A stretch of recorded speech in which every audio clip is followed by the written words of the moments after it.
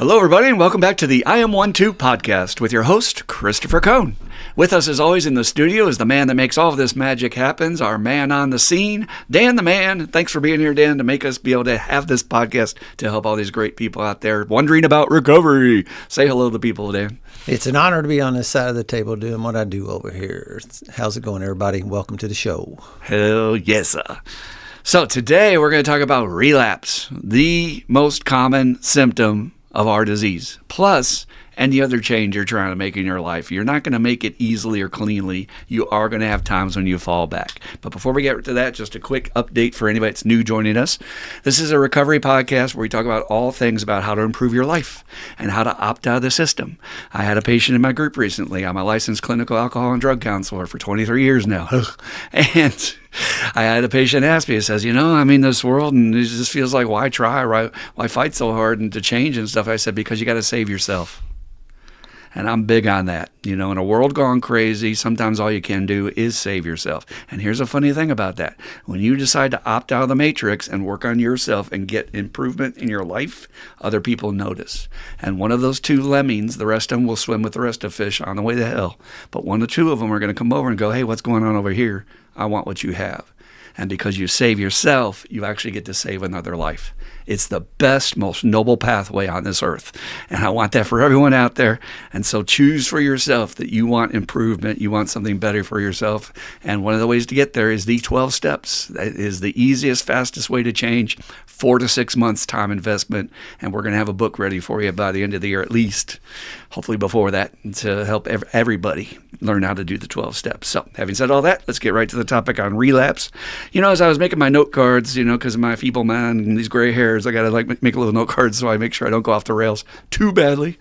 But it's funny what came to me to write first. And the first thing I wanted to say before I said anything about the topic of relapse, being sober for any amount of time is a rare damn thing in this screwed up world. I don't know about you, but I look around the landscape and I see more ways for us to escape, check out, numb out, feed ourselves pleasure and dopamine. We've got more than ever in the history of mankind. So why not just check out? And that's what it seems like everybody's doing. It's not true. A lot of people are walking sober, clean paths. They're eating clean. They're exercising. They're taking care of themselves. But we get this illusion that, might as well play the fiddle while Rome burns, right? No. So I want to celebrate. If you have 2 hours sober today, that is a damn miracle in a world gone wrong. And I think we need to acknowledge that because we're up against a monstrosity, a force that's beyond our control with technology pushing all this crap on us to just feel good, feel good, feel good, feel good, feel good. You should never have to feel bad. Feel good. And it's insane. It's not the way life was meant to be lived. So, and I also want to talk at first about the rates of recovery without getting into specifics to depress people, because if you look up the recovery rates, and I'm always careful to steer away from those from my patients when they say, well, how many people stay sober and how many people do this? And it's like, it's pretty damn low. I mean, okay, just to get us a little bit of basis of reference, about 40% of people maybe stay sober off alcohol and about 10 to 15% off drugs. And they were attributing, and as I know from firsthand experience, most of that was because of cocaine, meth, and heroin. But meth right now is the one that's leading the way because it's cheap and it's everywhere. I'm finding my patients have a hell of a hard time getting off that. However, when my patients ask me that stuff, I always like to clarify and say, yeah, but let's be clear about one thing. I've been 41 years in recovery. That means I've been sitting in the rooms of people who have found the solution. And according to the solution of the 12 steps, it says the problem no longer exists for us.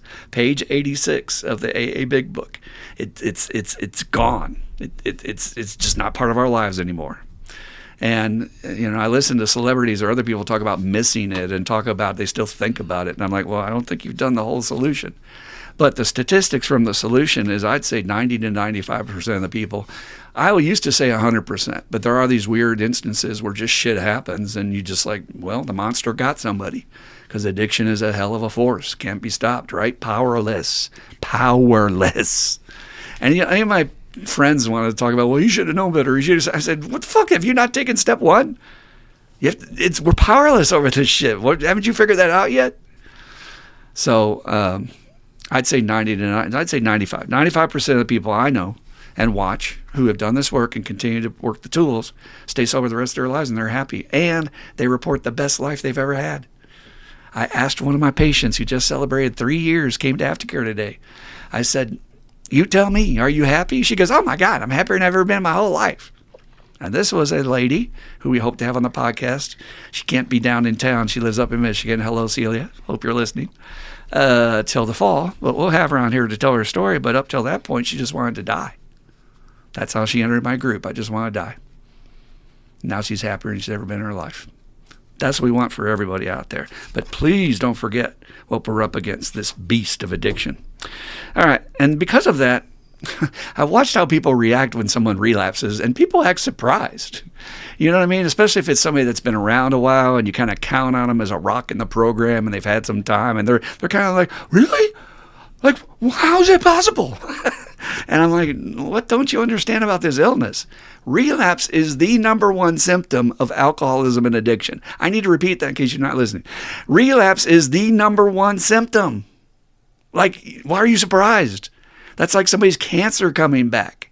Yes, you can be shocked, you can be sad, you can be disheartened, but don't be surprised. You should be like, oh yeah, that happens with cancer. It happens more with addiction. We have the highest relapse rates. So again, don't be surprised. Please learn about the disease, because you need to know everything about this beast to beat it. And please understand one thing: when somebody relapses, it's not the end of the world. Cue music from REM. It's the end of the world as we know it. Because I swear to God, the way people react and turn it into a drama, like, oh my God, did you hear? Blah, blah, blah. And as a friend of mine said recently, if there's one industry you can always count on being in business, that's the good old rumor mill. And it's astounding how fast word travels. And it's like people thrive on this drama and chaos and bad news. And it's like, come on, guys. It's not the end of the world. You know what relapse really means? You want to know what it means? I'm going to tell you. A little secret. Here it comes. Let's try again. What? That's it? Yeah, that's it, newcomer. Stop crying. Stop beating the shit out of yourself. Take the whip out of your hand. Let's try again. Let's just try again. That's all. Sooner you get back on the horse, the better. If you fall off the damn horse, you sit there like, sitting to some manure. What the hell is that accomplishing? Get back on the fucking horse. Number one, you didn't lose any of the time that you had in recovery. Yet, when somebody comes back from relapse, they treat them like a damn newcomer. Like, well, I don't know if you should be doing this right now. And, you know, you're not qualified. Wait a minute. What happened to all the time and energy and investment they already put in their past recovery? Do you think that just evaporates? Are you an idiot? That is part of their DNA. It's so deep inside of them. When you die and you have a life review, according to many of my spiritual teachers, they will tell you every part of your life is there. So whatever you did that was horrible and embarrassing, be prepared. It'll be there in your life review.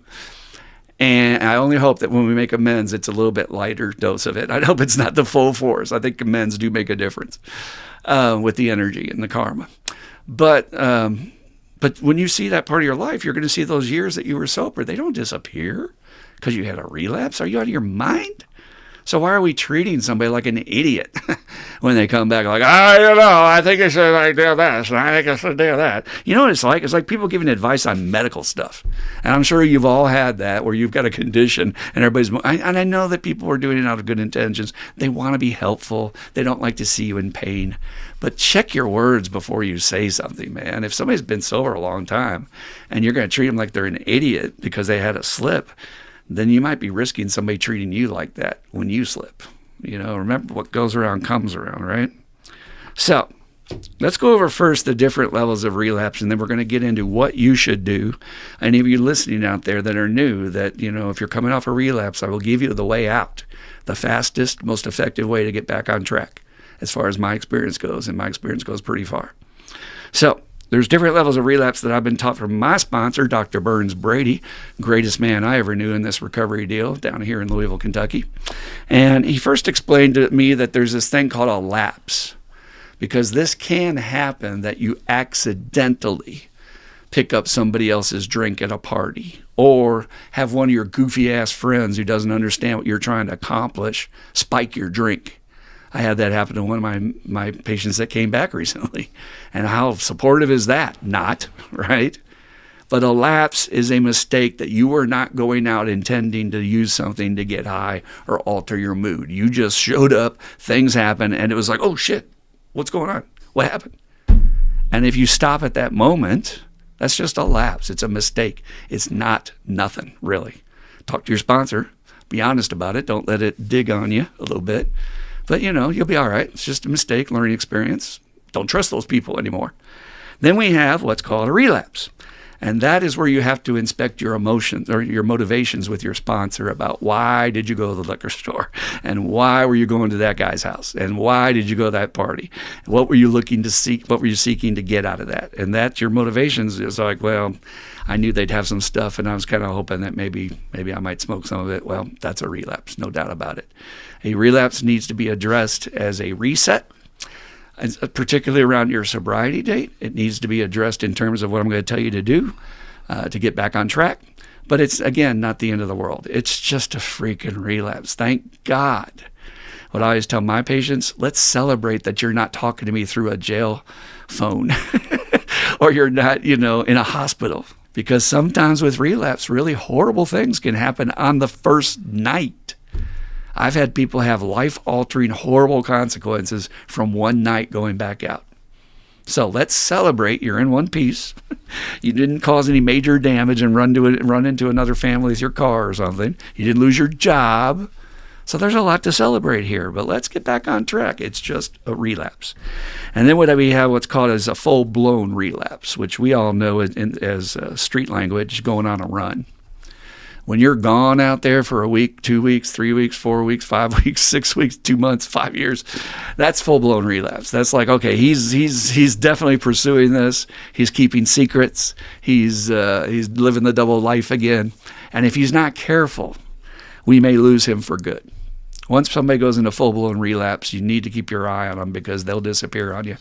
And it's very scary how the beast, the disease, just takes over all of their thinking. And many, many, many, many, many, many people don't make it back. Like many people don't make it back. I'll tell you a main reason why they don't make it back beyond the fact that they might have gotten in prison or they might have gotten hurt and killed. The main reason they don't make it back are these two things called shame and guilt. And I have been sitting in these rooms of professional treatment for 23 years watching people come back from a relapse. And again, they're like a week sober. They're in group. Their brain is not even healed. Here's another angle on those three categories I gave you. Let me add a fourth. Relapse is not relapse if you're just barely sober. It's called continued drinking. Okay, that was taught to me by neuroscientists. Your brain is not even healed yet. You haven't even done any work in the program to get well. So how could you make a good decision?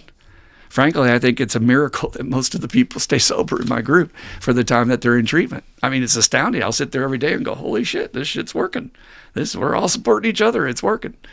By the way, the statistics on that, which made me feel pretty proud of myself, 42% of people will not even finish treatment. In my group, steady 95. Finish the entire treatment. In fact, my patients ask for more time. I'm not telling you that to beat my horn.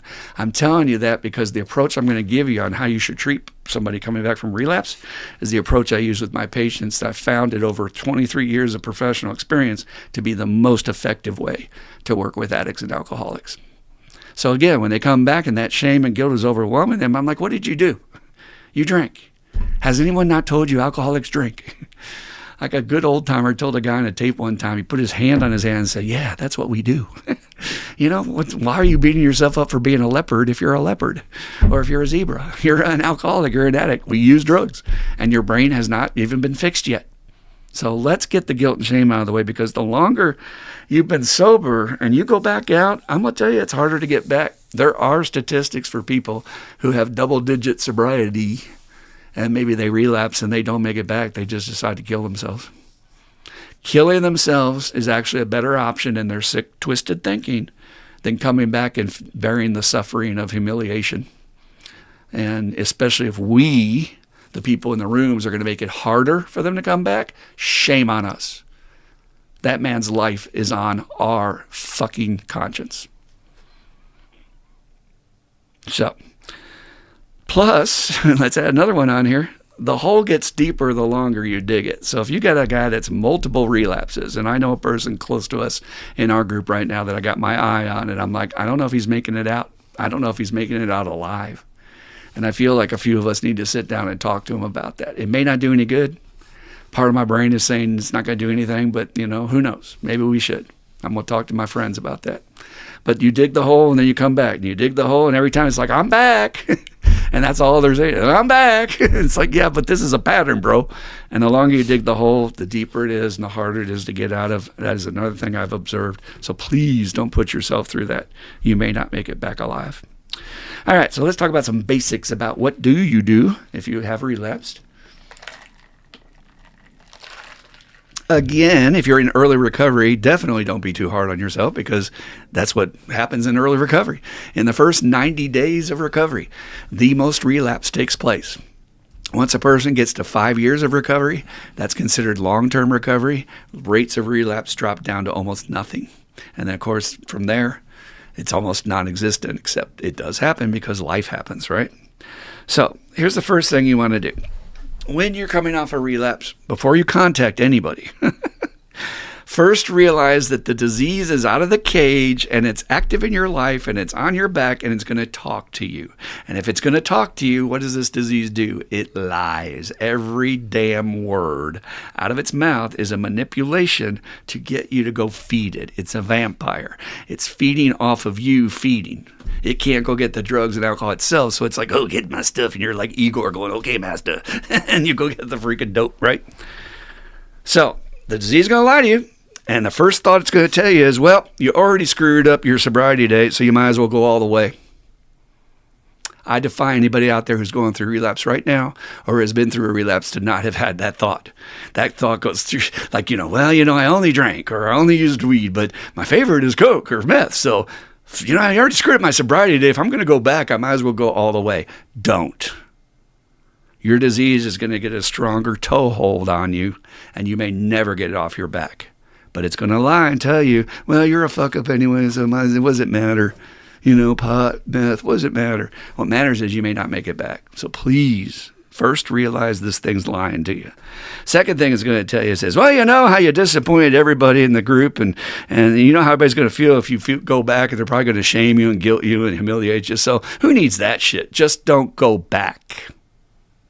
That is another reason why we lose people when they don't come back, is because they're afraid, especially the longer they've been sober.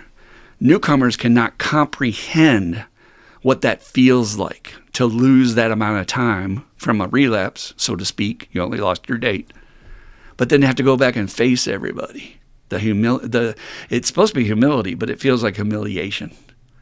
Again, that's on us as to how we're treating the person coming back. But I'm going to tell you the disease is going to lie to you and say, it's not worth it. I don't want to hear that shit. I don't want to hear people lecture me. I don't hear my family be mad at me. So you know what? Let's just give up. Let's just go use and we'll deal with it later, right? Or here's the worst one. You know what? You're such a fuck up. You'll never get sober. Here's a good idea. Why don't you just kill yourself? We do know that a lot of old timers will just kill themselves rather than come back. I've heard those stories. What happened to him? He blew his brains out, man. Wrapped his car around a tree. We don't know if he was drunk or if it was intentional. We have a good friend of ours named Jesse. We don't know what the answer to that question is. Was that intentional, that he ran his Explorer into a tree and died? So, do not listen.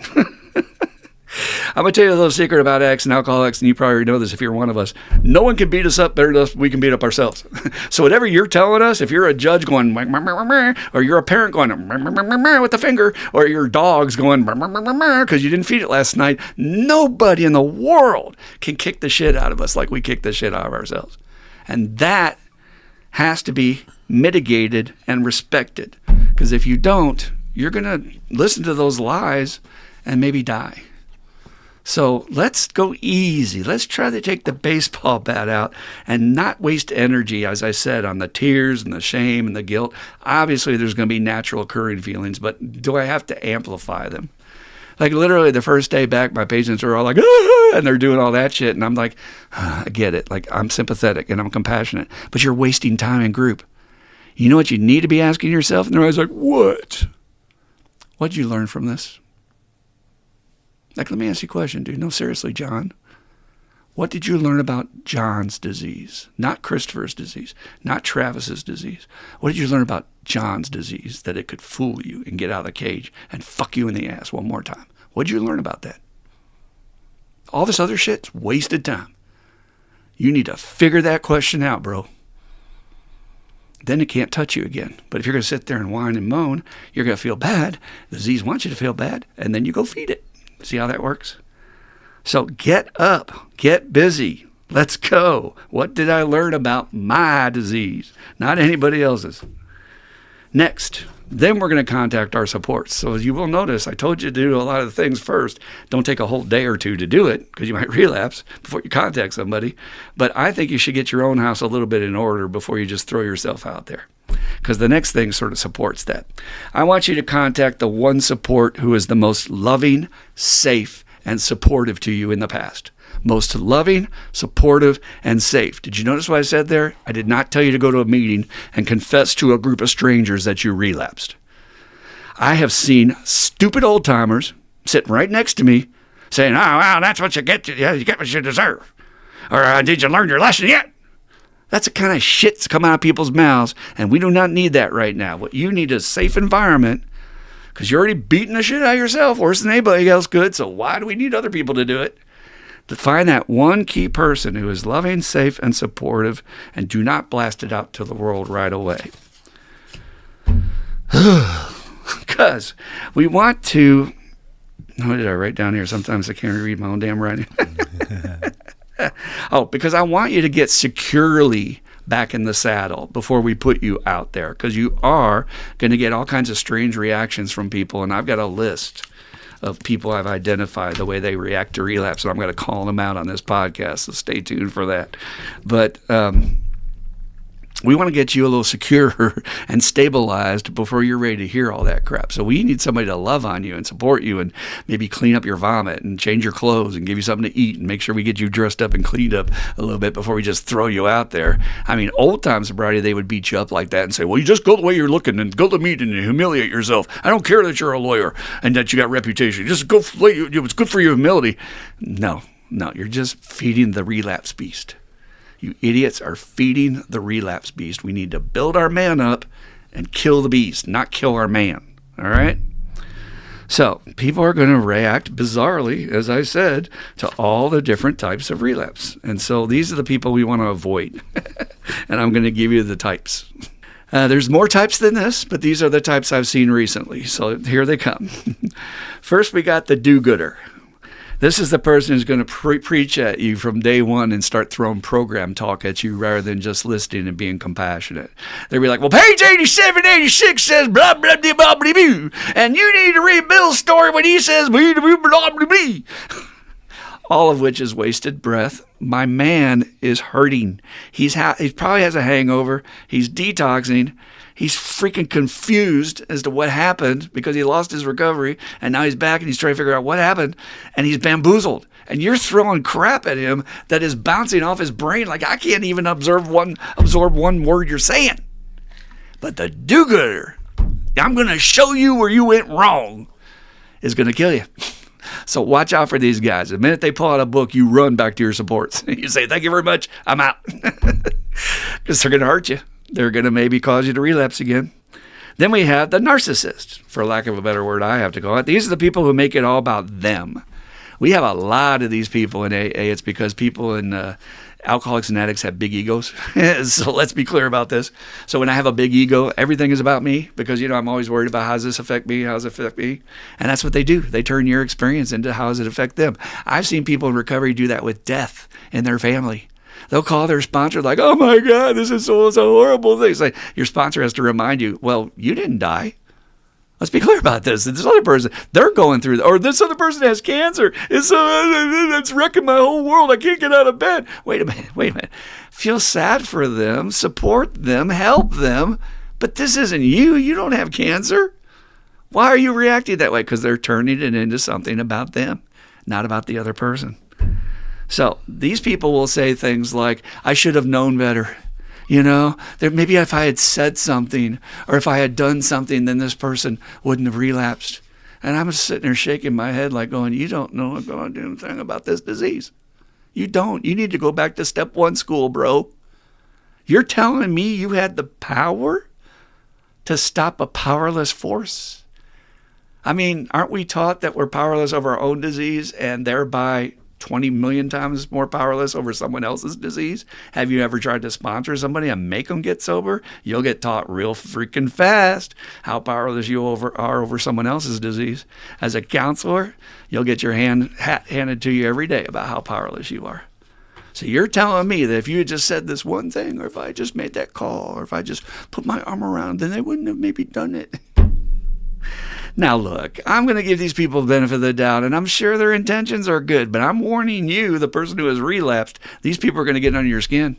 They're going to annoy the shit out of you, and they're going to make you relapse. And so we need to get you away from them, get you to your supports. Safe, loving, supportive. That's it. Safe, loving, supportive. Not like, well, I'm just so sad about it, The horror of it all. Look, there are normal feelings that are going to occur after relapse, right? If it's your sponsor, you're going to be worried, you're going to be scared. If it's somebody you respect in the group, you begin to wonder, am I next? You hurt for the person, you're sad for them. These are all normal feelings you should talk about in the meeting. You should bring up with your sponsor. There's nothing wrong with that. But there is a line. There is a line you cross with, I just said, like, the horror of it all. It's like, are you making a much bigger deal out of this than this needs to be? And I'm trying to get my newcomer not to see it as a big deal. Not that it's not important, not that he doesn't need to learn from it, but that it's not the end of the damn world. And you guys with your drama are going to kill him with that. He had a symptom of his disease that can happen to any of us. Where's your humility, sir? So, again, process your normal feelings, but do not make it all about you. You did not relapse. They did. I was taught by my elders a long time ago that no matter what happens in my travels through the rooms of recovery, don't get caught up as long as you're okay. Like I said, I have compassion. I'll help. I'm of service. I care about you. I'll talk to you. I'll listen to you. But I'm not caught up because my sobriety's got to come first. I got to look out for me. Then I can look out for you. The old oxygen mask on the airplane. We all know that one, right? All right, here's the next one. There's like 5 of these, so bear with me. The judger.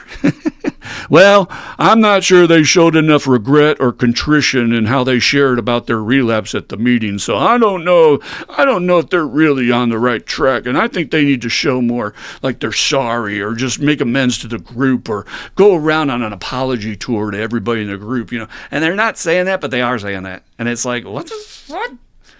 How in the world is that going to make anybody stay sober when they're fragile and they just came off a relapse? You're adding all this extra pressure. Now I want you to humiliate yourself further and go to each person and apologize for relapsing. And again, go back to step one school. You're assuming the person had any power over it. You're assuming like they chose to do it. Are you an idiot? And I say this with all the love in my heart. I've got so much time and experience having grown up with this disease, having had it myself, got 41 years of recovery that I'm going to celebrate next week. And I had my birthday on the 11th of May. Thank you very much. And freaking 23 years in professional field with it. I've learned about this thing, man. And I'm telling you, do not make it a bigger deal than it needs to be. The newcomer coming back is so confused and upset and just hurting that what they need is love. They don't need somebody telling them you need to show more shame or guilt. I mean, and then this leads to the last one. This is the most dangerous, scary one. The punisher. Well, I think you need to go through a period of feeling bad and, suffer a little bit from your relapse, really feel your consequences, man, because I don't know if you've really been through it enough. And, it's like punishment. When has that ever worked for us in the history of mankind? You know how often they've locked us up, kicked us out of the church, made us go homeless, exiled us, beat us, put us in the town square and threw tomatoes at us in the colonial days. They've done all that shit to us. None of it stopped our disease. Why? Because it's powerless. So I'm going to hammer this as hard as you need to hear it, because until you get that, you may not stay sober yourself. Let's not kid ourselves, because you're going to get that ego thinking that you've got something to do with your damn sobriety when it's the grace of God, grace of higher power shit. And 2, You're not going to show any compassion to the new person, and you are setting yourself up to get the same shit when you come back. Don't do that, man.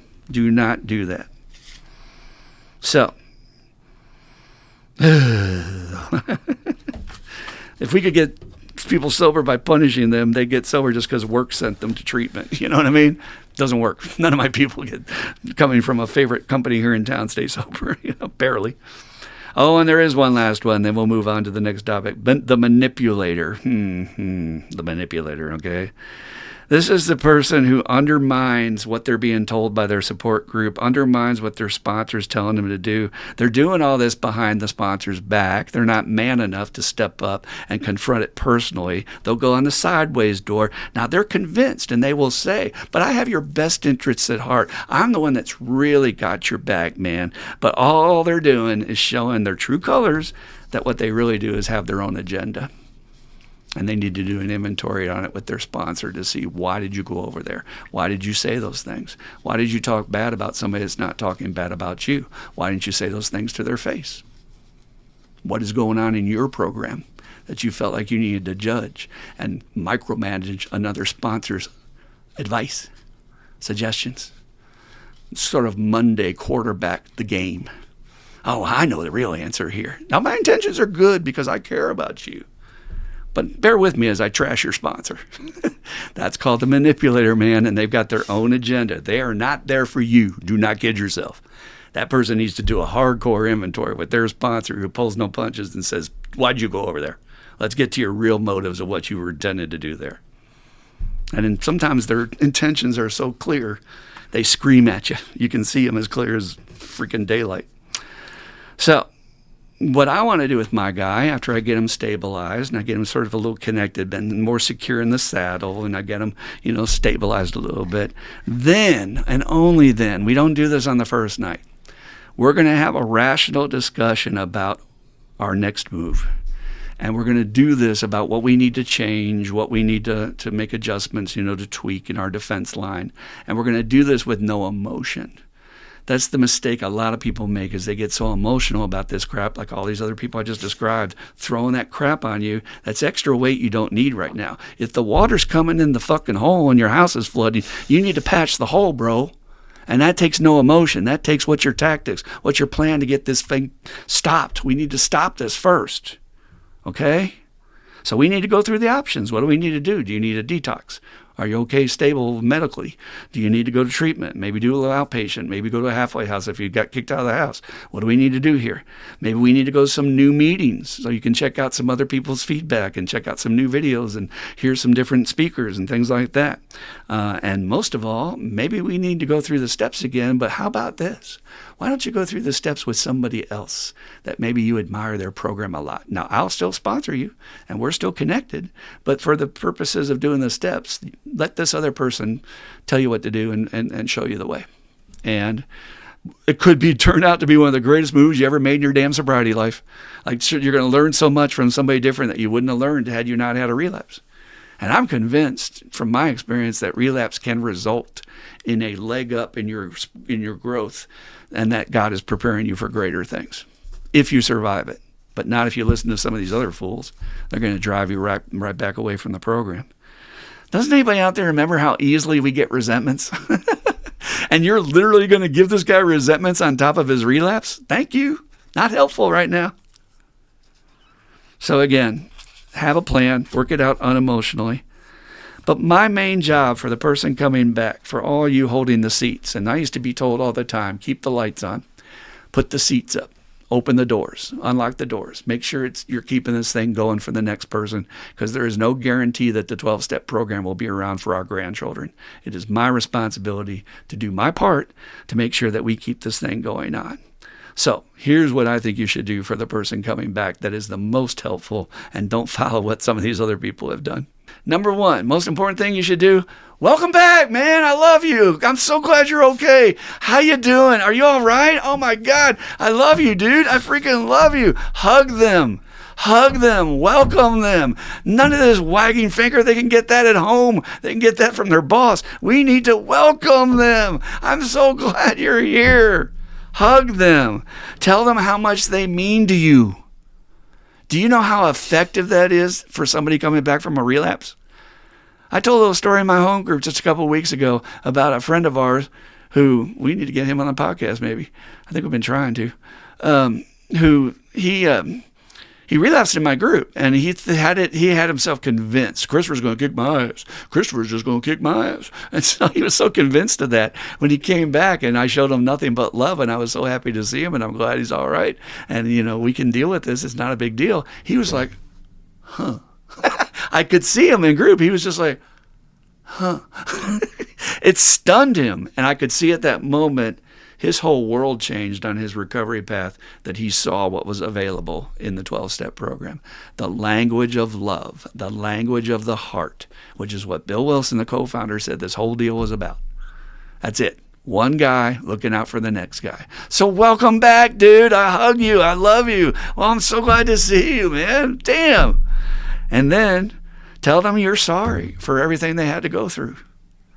I'm so sorry, man. That sucks, man. I'm so sorry that happened to you. That is just awful. You don't deserve that. You deserve much better than that, dude. Right? You see what I'm doing? I'm building my man up.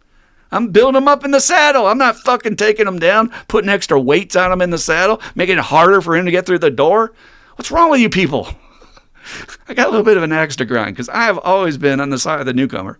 I will fight for the newcomer to the day I die. I'm not going to let anybody treat him like shit. I'm not going to let anybody judge him on not if I'm at the meeting and you yell at the newcomer for cussing. I'll yell at you for yelling at the newcomer.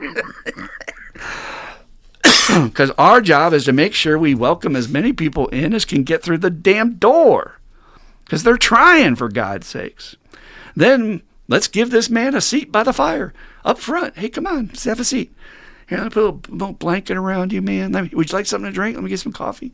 Hey, we got some snacks. You want some popcorn? Let me get some popcorn. Hey, man, how about be of service to them? Step 12. Be of service to the man who still suffers. Period. No lectures. No smart remarks. That's all ego. I am supposed to be there for them. And after you've done all this, again, hugs, welcome back, love you, sorry you had to go through that. I'm so sorry you had to experience that. It's awful. You don't deserve that. And I get them all set up, and they're all blanketed, and they're all comfortable. And then you know what you do then? You shut the fuck up and you listen. Tell me what happened. I need to know. This will help me in my recovery. This isn't about you apologizing or tell me how sorry you are. I need you to tell me what happened. I want to go through the anatomy of your relapse. We're going to do a dissection of what happened. How did the beast get its toe out of the cage, and then its leg came, and then its whole body was out? And I want to know, why is this so important? This man has the most recent intel on our common shared enemy. That is valuable, more valuable than gold if I have a disease that can kill me. This man has the most current intel. So shut up, old timer. Listen. What happened? You will learn. I learn. I learn all the time from the people who come back. They help me stay sober. Okay? Not quotes out of a book. Not how well you know this or that and can recite it back. No. Honesty, truth, your story. Our story is our most valuable tool, according to Bill Wilson. And I want to hear that man's story, man. Where's the weakness in the defense line that maybe I also have in my life, and I'm not aware I have it? But by hearing your story, I can be like, oh, shit, he's talking about he lightened up on going to meetings, and I've kind of lightened up on going to meetings. I need to listen to him. Or he's talking about he wasn't calling his sponsor as much, and I haven't been calling my sponsor lately. I need to call my sponsor. That man will save my life if I listen to him. And I can learn from his experience. As our good friend Dan taught me. He heard it from somebody else. Experience is not my greatest teacher. Other person's experience are my greatest teacher. Because I don't have to go through it. I can learn from what they went through. Be humbled by them. Experience their story. Feel gratitude for the very fact the grace of God is in your life and it wasn't you. And I don't see that in people. I'm like, what is wrong with you all? To me, you're flirting with disaster. If this thing is a gift of the grace of a higher power, and I'm like saying, well, you should have known better, and I work a better program than that. It's like, well, I think you're tempting fate, sir. I really do. It might be you. The disease looks at it and goes, you're next. You know what I mean? All right. Let's wrap it up, and we'll get a little feedback from our friend Dan in here. As I watch people react this way and go through these experiences, and again, I over dramatize a little bit because, we're trying to do a podcast. We're trying to make it a little entertaining. So, don't take it too hard. I really do. The way I think in my head is I get mad on one hand, but then I go, they're human and they're doing the best they can, and they're young in recovery. And if you're young in recovery, you just haven't seen enough carnage. But the longer you stick around, you're going to see this over and over and over, and then you learn, we got to find a better way to deal with this, right? So I don't feel bad about these people. I feel sad for some of them, to be honest with you. But the question I wanted to end on today is, what does the word support really mean to you? When you say, I support you, is it just words? Does it just mean, I only support you when you're doing good? When you come in the meeting, you tell us how great your life is, then I support you. Or do you support the person even when they're going through their worst times and when the entire world has turned their back on them? Or do you run and leave them hanging? I watch a lot of people throw out these words like, we have the greatest support group, and, we support each other, we support our man, all that shit. And I'm like, well, where are you? What kind of support are you giving this man? That doesn't look like support to me. Looks like your own bullshit is what it looks like to me. Maybe you need to talk to your sponsor, but, I challenge everybody out there. If you're saying you support a friend and you want to be a real friend, that means you stick by them no matter what. I don't care if they went out and they broke a law that was so heinous, it's on the 6 o'clock news, and the entire town has vilified them and deserted them. If you support your man, you support your man. And I've sat in that group with the soldiers in therapy and listened to them in times of the worst crisis of battle. You got to count on that guy's got your six. Not part-time support. So I challenge all of you out there. What does the word support really mean to you? Is it just words? Another phrase I've been hearing from people saying, we don't shoot our wounded. Oh yeah? You know what I seen? Well, we sure beat them up a lot.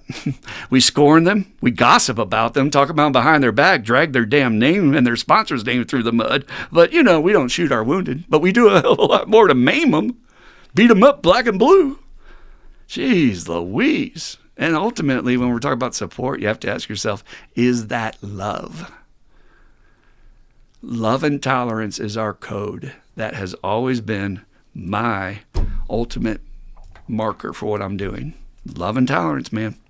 Love and tolerance. Now, look, I did get on some people in this podcast today, but I'm not running over there telling them how to change their program, and I'm not trying to fix, manage, and control them, and I'm not like getting resentments or I'm going to be up at night worrying about this shit. I brought this shit in here intentionally for today's podcast. But overall, we got to just tolerate there's fucked up people in the world. What are you going to do, right? You got to be serene somehow. So to end on, I would just say that, ask yourself how you would want to be treated if, God forbid, you would relapse. What would be a worst case scenario for you to try and get back in the rooms? And what would be a best case scenario for you to try and get back in the rooms? Please do your best to widen that door a little bit and make it as easy as possible for your man to come back. And you welcome the shit out of them. I don't care how many times they come back. Don't be an old timer that says, oh, you again. I'll just throw one last thing in here, and I promise we'll get Dan in here. I was talking to one of my sponsees about all this stuff, and I told them, I said, look, if there's one thing I figured out about being in recovery is ultimately you get to define what goes on your gravestone for what kind of person you were in recovery, right? Other people will talk, but your actions will ultimately define what your legacy and what your gravestone says. So you can, as I said to my sponsee, be hard on a new guy coming back, be hard on the guy that slips, and you can get on your headstone, he was a real hard ass. There's lots of guys in the program doing that shit. Or you could say he was his brother's keeper. He really looked out for the new guy. God, that's who I want to be. That's what I want to be known for. We are all vulnerable. 41 years. Could have been me. I hope this was helpful, guys. I took you a little to task today, but I love you all, and you know I do. And I'm just trying to speak truth here to help you on your journey. So start a discussion. Talk to your sponsor. Talk to me. Send us questions. We'd love to hear from you. Rake me over the coals if you want. If you're one of the instigators I called out, that's fine by me. Send your stuff to IM12, the word recovery, at gmail.com. That's IM12, the word recovery, at gmail.com. And now we're going to talk it over to Dan, who I know has some good experience, strength, and hope to share on this topic. So wherever you want to start with it, Dan, let's talk a little bit.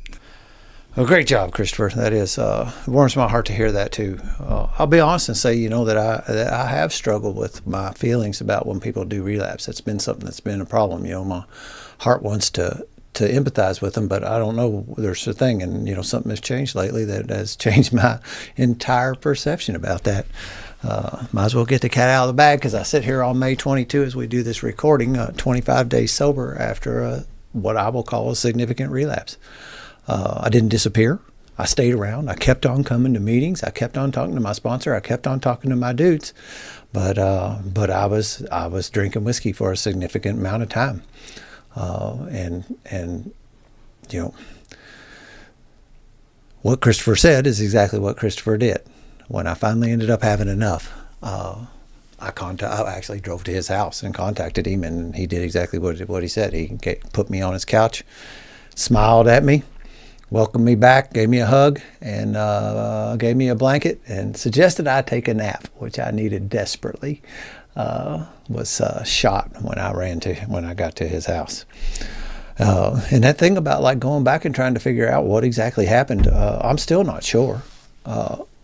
And that's mind-blowingly scary, of the way that, I've said this for years, and I heard that Paul Harriman talk about our operating system getting hijacked when this happens, and it was one thing when I was hijacked in the past and didn't know it, and I could look in the rearview mirror and kind of agree with that a little bit, but didn't really solidly feel it like I feel that level of hijacking that happened this time when the disease got in me and got its claws in me, and it took, it was so hard to fight back. That whole mental blank spot and that no defense stuff, and the things in the book that talks about beating your fist on the bar, asking how it happened to, how'd I get here again? How'd this happen again? And the shame and everything that come with it to made it so goddamn hard to come clean and to be honest about it. I'm still shook up about it, but I had a great coach to tell me what to do, and I of course had a few rough days. I feel really good at 20. I almost say it ain't fair that I'm 25 days sober and feel as good as I feel today. A couple of weeks ago, I said I had shared that the monster wasn't back in the cage completely, but I kind of feel like it is now. Now I'm not going to get this "I got it" kind of thing, but I'm not having the looks at the liquor store, and I'm not having these little pulls, and this like evening comes on, and it's been a little bit since that's been something that's like popped up, because it was popping up, thinking, it was Friday and I'm driving home for the day and thinking, all right, we'll get to it here in a minute. That thought's gone now. I feel very fortunate in that. I don't know where to all go with it, but I took some notes and some of this stuff, well, let me say this. A couple days after it's just a few days after coming back. My current sobriety date now is April 28th of 2025. I was listening to what was actually turned out to be a very Christian meditation in the morning, because that's some of the stuff that fell off. When this disease gets a hold of you, you stop doing the stuff that you should be, that was keeping you sober. Now the thing is I don't know, did I stop that beforehand? And that's this lapse in my mind that I don't know the answer to that. I don't. Some things have cleared up as my brain is cleared up, as my mind is cleared over the past relatively short, 3 weeks and a couple days. So some of that clarity and maybe some more of it will keep on coming back. And if I keep on doing this work, and I'm doing just exactly like what Christopher said, I'm working the steps with another guy whose program I admire. It's interesting how organically that came about. It just seems like, but I was listening to this meditation in the morning, And, I've been listening to about a 25-minute meditation every single morning. And I'm kind of hooked on this one particular Christian-themed one. It's not real heavy duty, but he's got that as a framework of it. And there was a line in it that said, maybe he either said perhaps or would you consider or maybe, but I can't remember exactly how he said it, but he said, maybe your setback is actually a sacred reset. And man, that hit me like a ton of bricks whenever I heard him say that. I like rewound it. Like, did he say what I just think he said? Some things land like that. And that's what I want this to be, a reset. It's tough. It's, frankly, I'll be honest, I don't think I got to 10 years. January 1st was the 10 years, and a couple people was talking to me about some stuff that happened before that. So probably I stood up there and got a 10-year chip when I shouldn't have. There's a lot of stuff that I could be, like you said, Christopher, I could take a ball bat and stand here and knock myself over things I did and didn't do, but that doesn't seem to be very helpful. I can't help but, have it come across my wavelength a little bit. And I do want to say, Christopher was pretty hard on some things, passionate, let's say, on some things, and I think that's valid. Recovery requires some passion, I think. I think that's a piece of it that's required. But I will also say there were dudes that showed up with absolutely nothing but love and support and safety, as you said. There were dudes that did that, and I'm very grateful for those men, man. I got a soft spot in my heart for every one of them that did nothing but that, nothing else. There's some people that had most of that, but then that little slide comment slid under the door and this kind of thing, and you're like, you feel real good, and you're like, oh, that kind of hurt a little bit. Well, what did you mean by that exactly?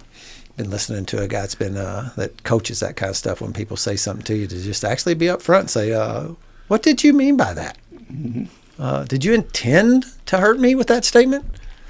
And statements like that, but I didn't have anything in me like that. But there were some guys that really did do that, and there was ones that I had to, a few guys come over here and pulled some goddamn intervention kind of thing on me, and Christopher alluded to that here, and I sit in here on my couch and kind of got run through the ringer, and Christopher got run through the ringer about what we're doing, what we're not doing right, and all this kind of stuff, and I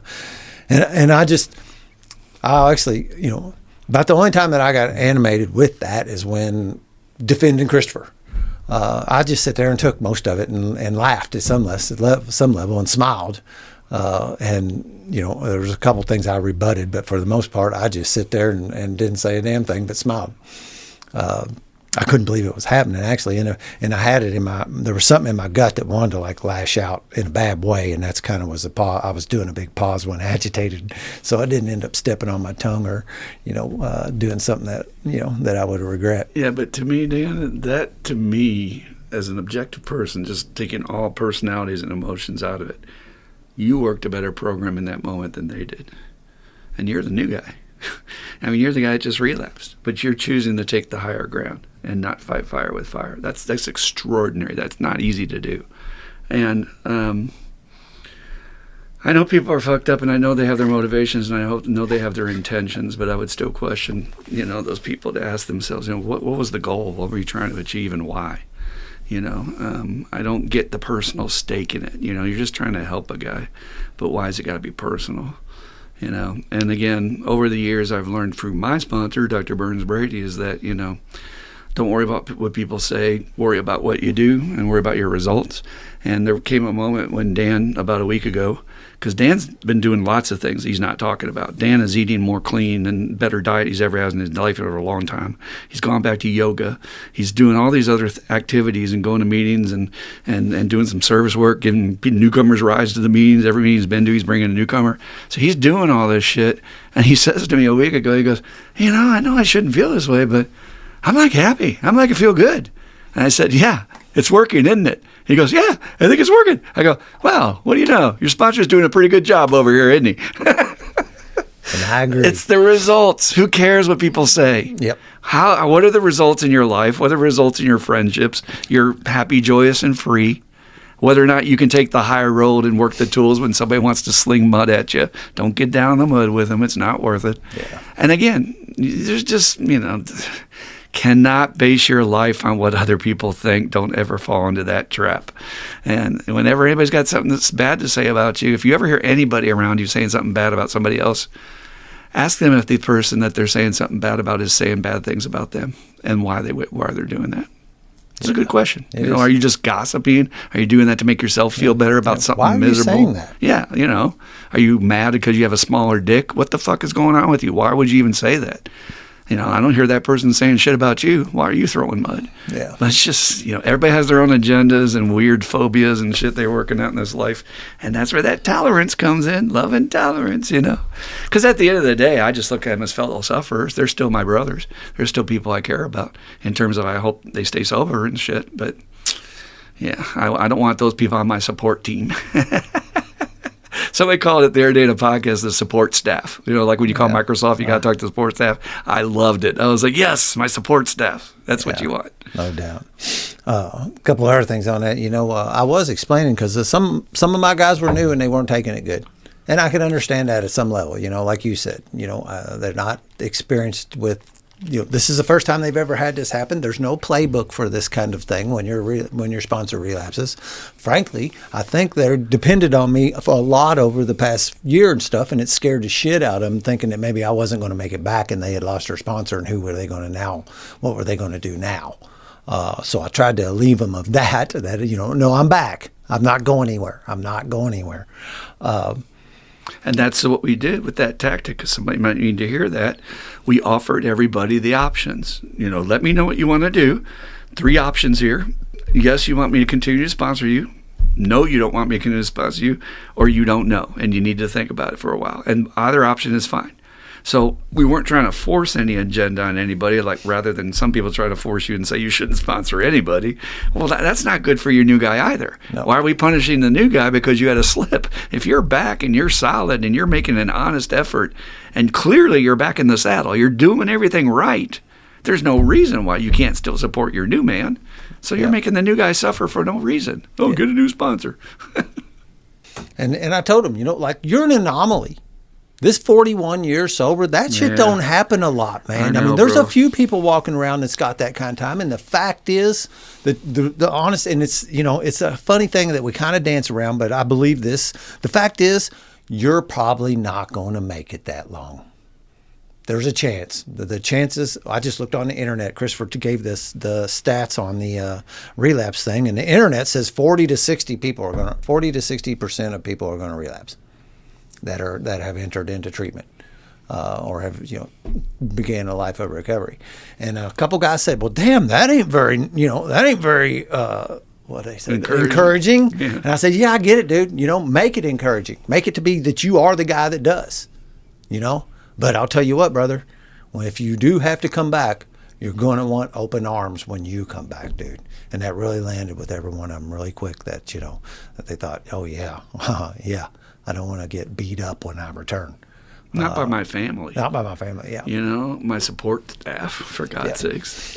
Had some funny little comments here and there, like one of them ones that was like the underhand thing, and I just felt real funny about, it was encouraging me and gave me a call, asked me how I'm doing and all that kind of stuff, which just gets a little weird because I'm doing pretty good and I'm all right, I'm pretty solid for right. But they don't believe you, like they're looking at you with one eye, like really, I think you're drinking, So he said, well, you don't want to get well too fast. Oh, God. And I said, well, go tell that dude sitting in there with 10 days to not get well too fast. I bet that guy wants to get well real fast. Why not get well fast? Because it's that punishment thing. Uh-huh. This is so deep in our programming because of the history of mankind whooping up on us, and never has it been successful. Silkworth took a completely different track with Bill Wilson. He said, dude, you're sick. You're not a bad guy. That's what changed history. Fucking read your book. All you guys saying this goofy shit out there. Yep. And this is another, I kept on being misunderstood what I was saying. And our dear departed friend Don Major would talk about that it's bad for alcoholics to make things a big deal. Mm-hmm. You can't make things a big deal. And I had said to a number of times, I cannot make this a big deal. I can't. Well, what was heard was that I was saying, this ain't no big deal, fellas. No big deal, fellas. And that is not what I was saying. I had to explain that too, that if I sit here and take the ball bat over my head, that's not going to be good for me. I have to pull up my pants and my britches, get back in my boots, and get to marching again. That's my only choice. Get back, action. And if nothing changes, nothing changes. So I did. If I've been doing some things that was outside of what, I still say if Bill Wilson had written a step 13 and step 14, he'd have talked about nutrition and he'd have talked about exercise. Yeah. Because I think those are two big things that helps a guy get to feeling better. And what a great example you're setting for the new guy, Dan. The opposite of which is you haven't taken the baseball bat out of your hand, and every time the new guy sees you at the meeting, you're sitting there like, you're so depressed, you're so miserable, and you're still crying. And they're looking at you like, that does not look good. That does not look good. Instead, they're seeing a guy come in with his head held high saying, I'm working my tools today, motherfuckers. I'm doing this. And that is a powerful example for the new guy. So, don't get a little too fast. Are you kidding me? Yep. And I like the thing he was talking about. It made me think about like that they got the newest intel on it. It's like in war. The dude that goes over and he gets captured and he's a POW for a little bit and he breaks out and he gets back. They're going to be debriefing him to see what is going on over there. Yep. Let us know what's going on over there because we need that intel. You've been in the hands of the enemy for a little bit and you know more than we know. I thought that was, I don't know why, but I do think of this thing a lot like battle. It is battle. Don't kid yourself. Every day of our freaking life in a sick-ass world, we are going to battle with a world that's against us. Every street corner is trying to sell us badass food or a drink or a drug. And so don't kid yourself. We're in battle. But, Dan, here's the hit. It just went out of my mind when you said that. What did you just say about... The POW stuff? Yeah, the debriefing. The debriefing about I have the current intel? Even if the intel is I don't know what happened, to me, that helped me deepen my understanding of powerlessness and of cunning, baffling, and powerful. Amen. And I meditated on that. I took that intel and I meditated on that shit. And no matter how well you think you are and how much you think you got your shit together, we need to be on our fucking toes and go, hey, man, here's a guy that was solid. He got knocked the fuck out. So what happened? And so it's all like words in a book and sayings we say at meetings like, cunning, baffling, powerful. But then when you see it, and I told you, 23 years of professional experience makes me even more of an anomaly. Because every day I'm watching this beast just rampage through people's and the families' lives. And you're just like awed, like, like I am stunned at the power of this thing. Yeah, this invisible force, it just is like the tornado, man. It just is unreal. We talked about, you talked about somebody had lost somebody in a tornado. This thing just comes out of nowhere, man, and will just rampage through people's lives, a whole family worth of them. It's really funny you said that because one of my coworkers lost some relatives in a recent tornado we had in the state of Kentucky here. It's just horrible, right? But the way alcoholic brains work, like, well, I wonder, what was that like? I mean, how did they die right away? And I don't mean any disrespect here, but just bear with my point I'm making. Talk about powerlessness. Like, what if you woke up out of your bed and suddenly you're being tossed through the air 100 feet above the ground, going around this fucking cyclone, knowing that something's about to hit you and kill you? You talk about powerlessness, man. What a great example, We had a little knock at the door. So our guests are here, and we'll keep on going, tie a bow around this. I always said, what I was saying, that we don't shoot our wounded. What it felt like was that some people would come up and put their finger in the bullet hole and holler it around a little bit, and then snicker as they walked off, And it didn't feel like that all the way, but there was more than I sure would have wanted in that regard. That's for sure. Some people didn't make it easy. I hung on to you, man. Every time all that would happen, man, I just hung on to you. You were my safety post, man. And there's no way I'd be where I'm at today after going through this if I hadn't had a sponsor like you, man. Deeply. I didn't want to be gone, man. I love you, and there was no doubt in my mind that I was coming back. I just didn't know when I would be able to break out of it. It was like being in a prison almost. There were so many times that I was inches from saying something about it, man, and I just couldn't make it come out. And frankly, had to be blasted at 2:00 in the afternoon on a Sunday before I could come clean. Well, again, I'm deeply honored to be that anchor for you, to be that person. And I hope that everyone out there gets that opportunity to do that for someone else. But the main thing you need to do, and I've always loved the saying, the man that can keep his head when those about him are losing theirs is the one you want in the middle of the storm. And so when Dan showed up, first I thought it was a joke. I was like, you're just, because he was going to come over and watch shows later at the night, and I thought he was just dropping by to just joke with me that he was drunk. And I was like, oh, shit, I think this is happening. It takes a brain a while to catch up.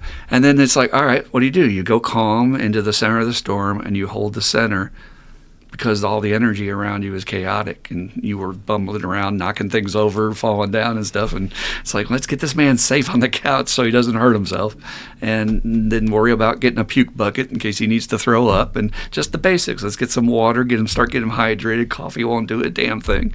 And we just took care of you, man. And a blanket and a pillow, triage. Man. A blanket and a pillow. Yeah. And I'm so grateful I come from a medical family in that regard. Like, we don't panic when shit happens like people do, and it's no use. I don't want that guy around me when the shit's going down that's all like, the world's on fire. It's like, no, dude, let's just deal with it. Let's just handle it. Yep. And you called a dear friend, another brother sponsee of mine, and had him come over to help at some level. So because we don't do 12-step calls alone, right? So I called our friend LJ. He wouldn't mind us saying, he's been on the podcast.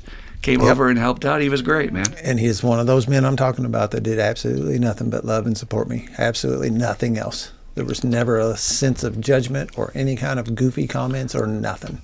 And for a 12-step call like that, I mean, you can hand off. You know, LJ can sit with him while I need to go get more water, or I can sit with him while LJ needs to go to the bathroom. And then while LJ goes out and gets the whiskey out of my truck and pours it down the drain. We did that too. And we also... so that you're not unobserved. Don't leave the alcoholic or addict all alone while they're struggling. Yeah. Have somebody with them at all times. Yeah, you come back in and he's gone. Exactly. Families make those mistakes all the time.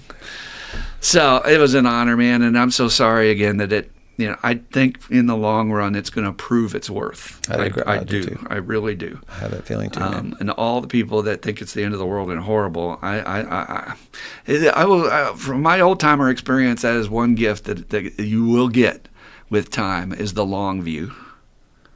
And I think we've lost that in our country. We're very short-sighted. There are other countries who are our enemies, and they think in terms of the war, not the battle. And they're thinking in terms of centuries taking over us, and we're not prepared for that.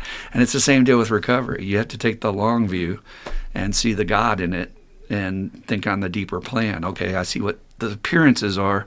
An old saying my spiritual teacher used to say all the time was, appearances are not made up by what you can perceive or whatever.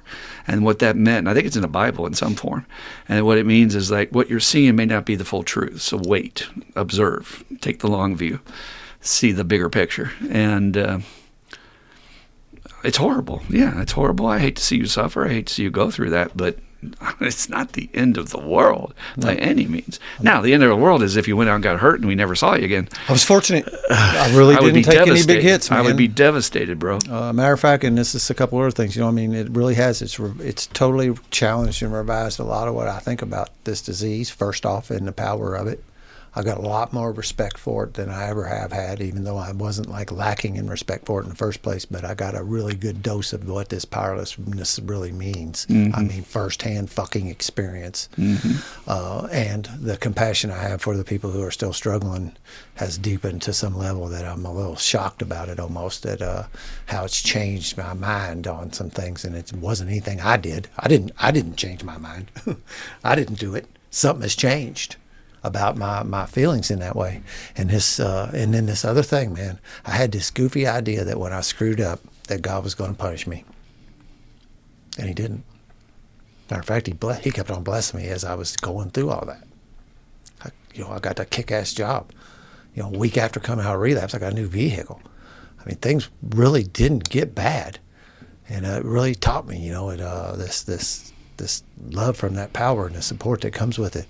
And I guess, you said something about the karma that I'd built up over the years probably helped me keep from having such a hard landing. Not probably, for sure. It for sure helped me. And then, and I also just kept on fucking digging. I kept on showing up too.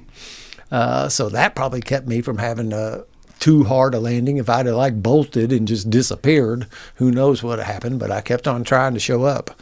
I had that talk with a couple of people too that wanted, I was like, think about it, brother. I was still giving you solid advice, even though I was not necessarily as solid as I'd want to be. And that's God. That ain't me. That's the same thing when you say stuff as a sponsor that you don't really feel like you saying. It was coming out through me that way too. It's something.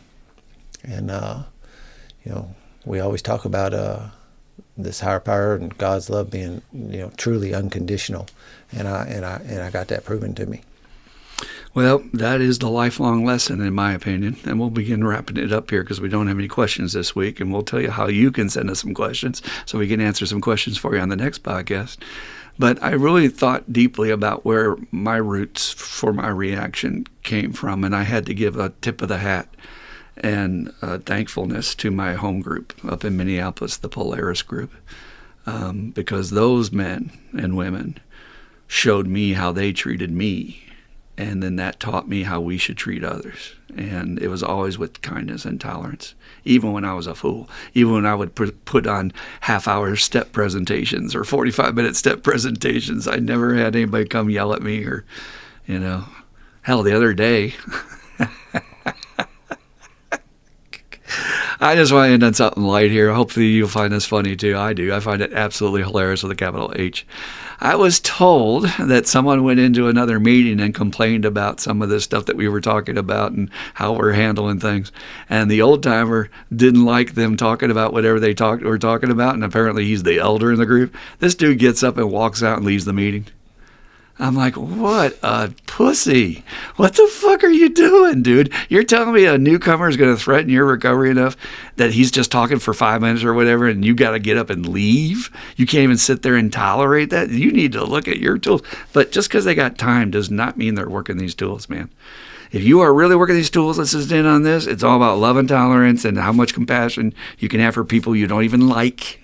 Can you forgive them? Can you not get resentments? And can you even still help them even though you don't like them? I mean, man, that's advanced shit. Yeah. It's not a dick measuring contest. How much time you got, But this old timer just crapped me up. I wanted to run out of the parking lot if I had been there and said, dude, did he scare you? Why are you leaving your own meeting? That makes no sense to me at all. So again, you get to write your own headstone. So if you don't have experience and maybe your teacher was a little more hard-assed, get new teachers and they will teach you some of this stuff. And hopefully this podcast was helpful for you, for the next person. Guaranteed in the next week or two, you'll see somebody come back in your meeting with a relapse and you get to be the guy that shows the group how we do it. Any last thoughts on that, Dan? I think we could talk all night, but no, I just I appreciate you, man, and I'm so honored that I got a man like you showing me the way. I'm gifted. I'm blessed to have you in my life. All right, so we would like to hear from you. Comments, questions, whatever. Send them to IAM12, the word recovery, @gmail.com, and we will answer your questions every week on any aspect of recovery. We just didn't have any this week. So if you're out there and you're listening this far in the podcast, if there's an issue in your life about anything at all, I don't care if you got a clogged sink, write us a question, and we will answer it and never identify you. It's totally safe. It'll be a free advice. I can help with that. A free experience. Yeah, Dan's a handyman. He can't help with that. So any problem in your life, write us. We'd like to hear from you. All right, so thanks for joining us. We always like to end in the same fashion here, which is to do the Serenity Prayer if you would like to join us at home. So, Dan, the Serenity Prayer. God, grant me the serenity to accept the things I cannot change, the courage to change the things I can, and the wisdom to know the difference. Just for today, keep coming back. It works if you work it, you die if you don't. Woo-hoo! Come back and see us. We love y'all. Peace out.